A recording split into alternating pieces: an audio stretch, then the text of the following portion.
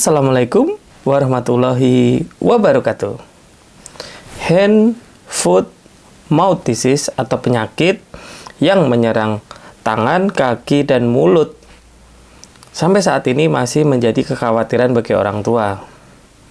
Bersama saya Dr. Bagus, mari kita belajar bersama hand, foot, mouth disease atau yang sering disingkat HFMD.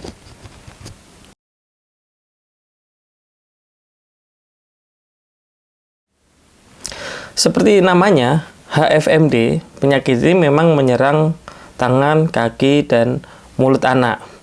Sering gejalanya hanya ada di telapak kaki, telapak tangan gitu ya, dan di rongga mulut. Terkadang bisa sampai ke lengan atau di tungkai anak-anak.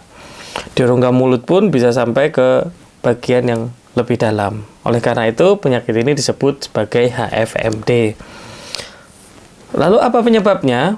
Ada beberapa virus yang bertanggung jawab dengan terjadinya penyakit ini. Yang pertama adalah Coxsackie virus, dan yang kedua adalah Human Enterovirus 71 atau HEV71. Ya, benar. Jadi HFMD ini adalah satu penyakit yang disebabkan oleh infeksi virus. Apa saja tanda dan gejala dari HFMD ini? Biasanya gejalanya diawali dengan demam. Anak akan terasa panas, demam. Diikuti nyeri tenggorokan atau nyeri telan. Pada anak yang lebih besar tentu akan bisa mengutarakan keluhan ini. Lalu diikuti juga dengan nafsu makan yang menurun.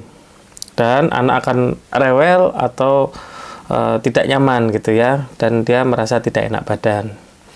1-2 hari kemudian mulai muncul bintik-bintik merah di rongga mulut, yang kemudian bintik-bintik merah ini menjadi sariawan. Keluhan ini yang paling sering mengkhawatirkan orang tua. Kenapa? Karena anak akan menjadi malas makan gitu, kadang mogok makan bahkan. Karena apa? Karena rasa tidak nyaman saat makan itu ya, karena sariawannya biasanya cukup banyak. Lalu berikutnya akan mulai muncul bintik-bintik merah di kulit, di telapak tangan, telapak kaki, sering sampai tangan dan kaki gitu ya. Beberapa kasus ruam ini juga bisa timbul sampai di tungkai, lengan, sampai ke bokong, sampai ke kulit di sekitar kemaluan. Jadi bisa hanya di telapak, bisa sampai lebih ke atas. Tapi yang mengkhawatirkan orang tua, terutama biasanya adalah sariawannya. Kita lanjutkan. Orang dewasa dan orang-orang atau anak-anak dengan kekebalan tubuh yang baik, biasanya mereka tidak bergejala gitu ya, walaupun terinfeksi oleh virus ini, karena ini memang bukan virus yang bergejala berat gitu ya. Tapi mereka berpotensi tetap menjadi karier, dan ini akan menyebarkan atau menularkan ke orang-orang yang lain.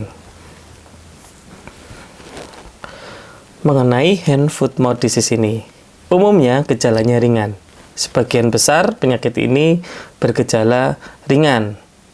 Hanya sedikit yang bergejala sampai ke berat.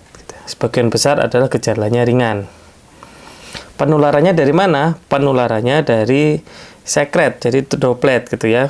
Baik ingus, ludah, dahak gitu, atau lesi di kulit yang pecah. Dan juga dari kotorannya. Biasanya seseorang yang terinfeksi HFMD ini sangat menular gitu, terutama di 1 minggu pertama sejak dia muncul gejala.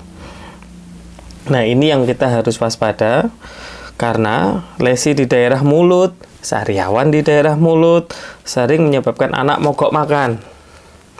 Dan yang lebih kita harus waspada adalah mogok minum gitu ya. Kenapa? Karena anak berpotensi menjadi dehidrasi atau kurang cairan gitu. Jadi memang yang paling harus kita waspadai adalah minumnya. Kita harus menjaga betul supaya anaknya tidak jatuh ke dalam kondisi dehidrasi atau kurang cairan. Ini yang menjadi catatan penting.